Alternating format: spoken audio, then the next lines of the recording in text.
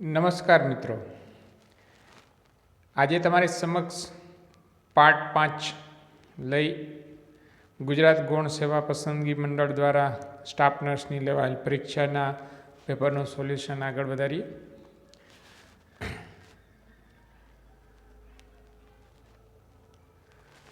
The nurse correctly document the moist, low pitch, gurgling breath sound as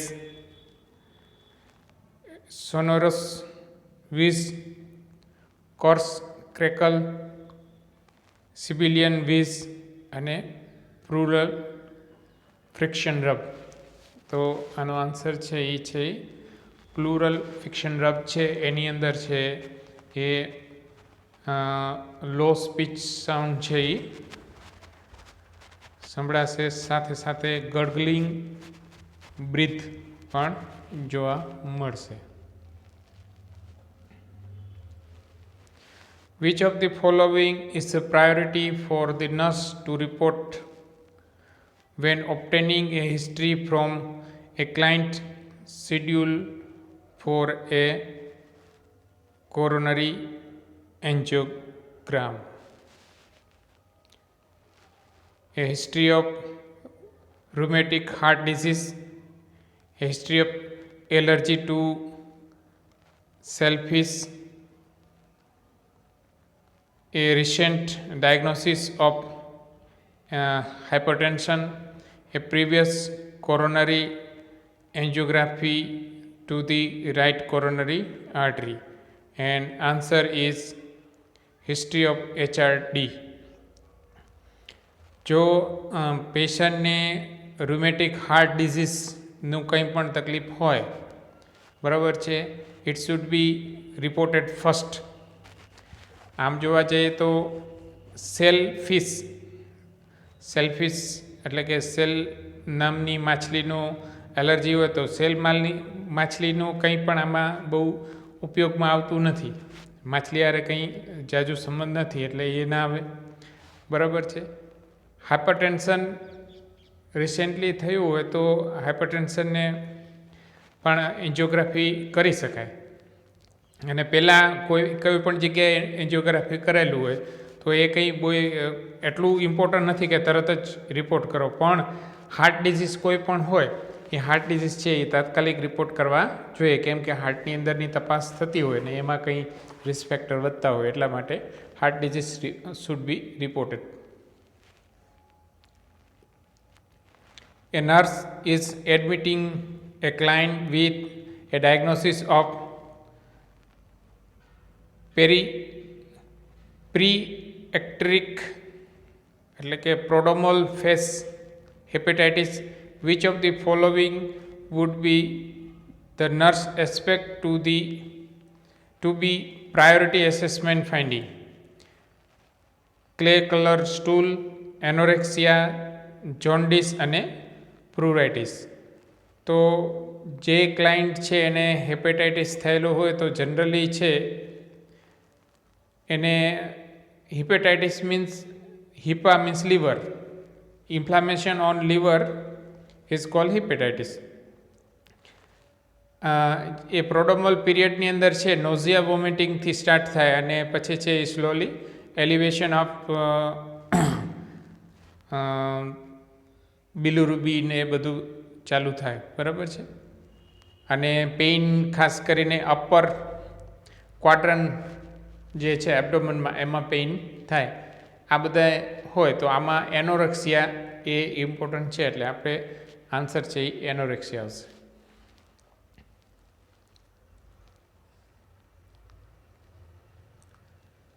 The nurse is monitoring ECG tracing on the center monitor in cardiac unit.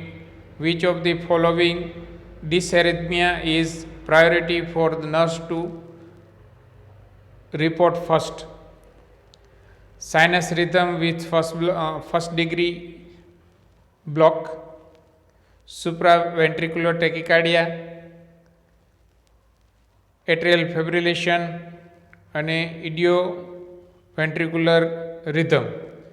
તો sinus rhythm છે અને block છે એ આટલું કોઈ ખાસ પ્રાયોરિટીમાં નથી આવતું. સુપ્રાવેન્ટ્રિક્યુલર ટેકિકાર્ડિયા છે that is little bit attention should be given. પણ અહીંયા જો એટ્રિયલ ફેબ્રિલેશન અને વેન્ટ્રિક્યુલર સુપ્રાવેન્ટ્રિક્યુલર ટેકિકાર્ડિયા બે જોવા જઈએ તો જે આપણો આન્સર છે એ આર્ટિરિયલ ફિબ્રિલેશન આવશે, કેમ કે ફિબ્રિલેશનની અંદર ફ્લટરિંગ ઓફ એટ્રિયા થશે. બરાબર. જ્યારે વેન્ટ્રિક્યુલર સુપ્રાવેન્ટ્રિક્યુલર ટેકિકાર્ડિયામાં છે એ રેટ વધી જશે, પણ એના કરતાં ડેન્જર જો હોય તો એ એટ્રિયલ ફિબ્રિલેશન છે. તો આપણો આન્સર છે એ એટ્રિયલ ફિબ્રિલેશન. The nurse should report which of the following laboratory result as a consistent with a diagnosis of primary aldosteronism. Serum potassium level 3 mole equivalent per liter, serum phosphorus of 3 mg per dl, serum sodium 130 mole equivalent liter અને serum calcium 12 mg per dl. તો જ્યારે એડ્રિનલિન ગ્લાન્ડ છે એ વધારે પ્રમાણમાં જ્યારે hormone અલ્ડોસ્ટેરોન ઉત્પન્ન કરે ત્યારે જે કન્ડિશન ઉત્પન્ન થાય એને આપણે અલ્ડોસ્ટેરોનિઝમ કહેવામાં આવે છે.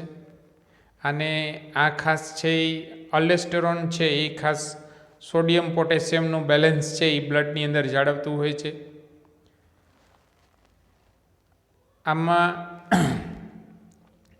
પોટેશિયમ છે એ કદાચ ઓછું થાય, that is a life threatening condition અને શુડ બી કરેક્ટેડ.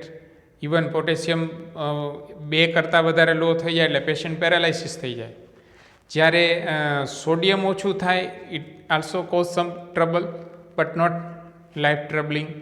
તો અહીંયા જે પોટેશિયમ લેવલ છે એ ઘટે, બરાબર, that should be a reported. તો નોર્મલ પોટેશિયમ લેવલ છે એ 3.6 to 5.2 મિલીમોલ પર લિટર હોય છે. જો એનાથી ઘટે અને 3 અથવા 3થી ઘટે તો એ લાઈફ થ્રેટનિંગ છે. એટલે it should be corrected and should be reported.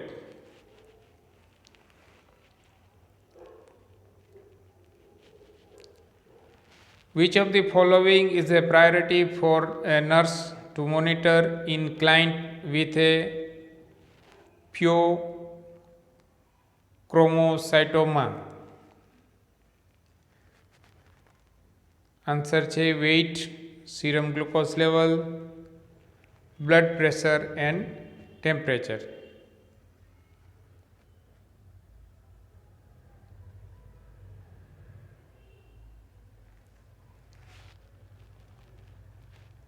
બરાબર છે. તો અહીંયા જે આપણો આન્સર છે એ બ્લડ પ્રેશર છે. આની અંદર જે બી ક્લાયન્ટ હોય એના બ્લડ પ્રેશર છે એ અપડાઉન થાય, it should be reported to અથવા it should be given high priority, કેમ કે આની અંદર ફિયોક્રોમોટોમાની અંદર બ્લડ પ્રેશરને વધારે મહત્ત્વ આપવામાં આવે છે. Because of patient has a bursitis, plan for a nursing intervention should include aggressive antibiotic, rest, range of motion activity અથવા હાઈ પ્રોટીન ડાયટ. તો જે પેશન્ટને પ્રુરાઇટિસ થયેલું હોય અને એને ઇન્ટરવેન્શન કરવું છે તો એની અંદરનું ફર્સ્ટ ઇન્ટરવેન્શન આવે એ છે એગ્રેસિવ એન્ટીબાયોટિક. કેમ કે આના સિવાય બીજું કોઈ સોલ્યુશન હજી લગી આ પ્રોબ્લેમ માટે આવેલો નથી. બરાબર છે. પ્રુરાઇટિસમાં એકચ્યુઅલી થાય છે શું થાય કે એક કન્ડિશન છે, પેઇનફુલ કન્ડિશન હોય અને સ્મોલ ફ્લુઇડ ફિલ્ડ સેક છે જેને બ્રુસી કહેવામાં આવે છે, એ છે એ બોનની અથવા મસલની નજીકમાં થાય, ખાસ કરીને જોઈન્ટની બાજુમાં, અને એ pain location shoulder, elbow, hip વગેરેમાં જોવા મળતું હોય છે. એટલે આમાં આ કેને કારણે થાય છે એ અનનોન છે, પણ એગ્રેસિવ એન્ટીબાયોટિક આપવાથી સબસાઇડ થઈ શકે. એટલા માટે આન્સર એ છે.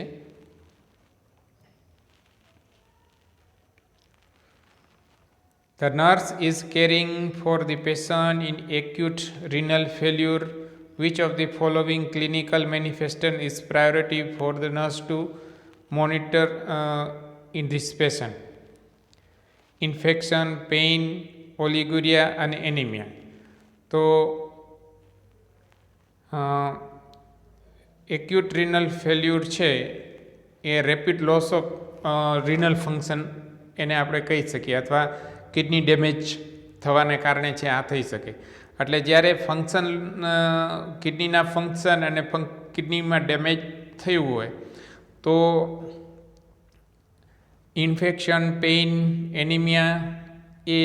એનિમિયા કોઈ ઇમ્પોર્ટન્ટ, ઇન્ફેક્શન ઇમ્પોર્ટન્ટ નહીં, પેઇન બહુ ખાસ નહીં, પણ ઓલિગુરિયા છે એનો મતલબ it should be a reported or it should be given high priority. કેમ કે ઓલિગુરિયામાંથી એન્યુરિયા થઈ જાય, અને એન્યુરિયા પછી totally shut down of function of kidney, અને એને કારણે છે પછી શરીરની અંદર યુરેમિયા થઈ જશે. બરાબર. દેટ ઇઝ એકદમ પહેલી કન્ડિશન થશે. એટલે ઓલિગુરિયા શુડ બી રિપોર્ટેડ.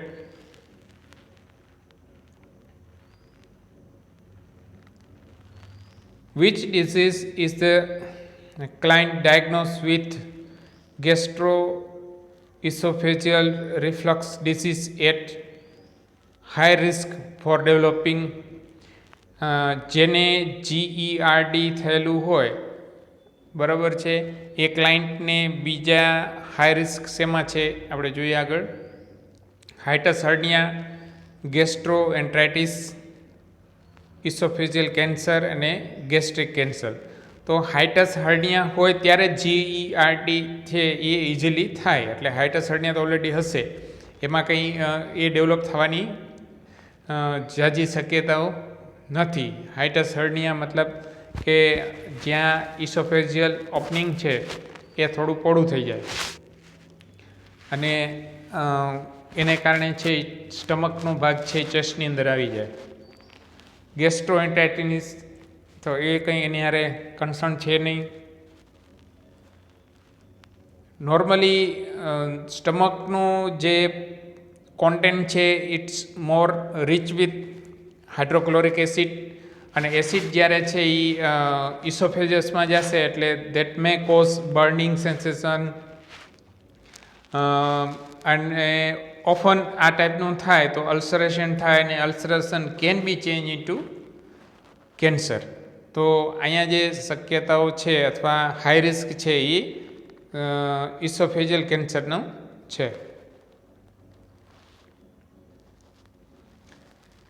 મિત્રો,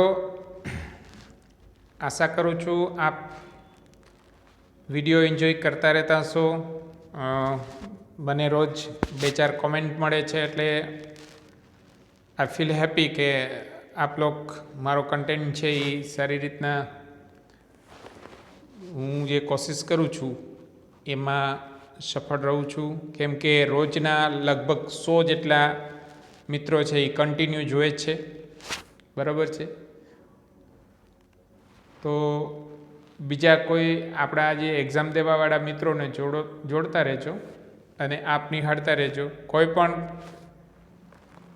કરેક્શન અથવા સજેશન આવકાર્ય છે, ગમે ત્યારે આપ મને આપી શકો છો, બરાબર છે. કોમેન્ટની અંદર આપી શકો છો અને મારા વોટ્સઅપ પણ મેં ઘણી વખત આપેલા છે, એની ઉપર પણ તમે આપી શકો છો.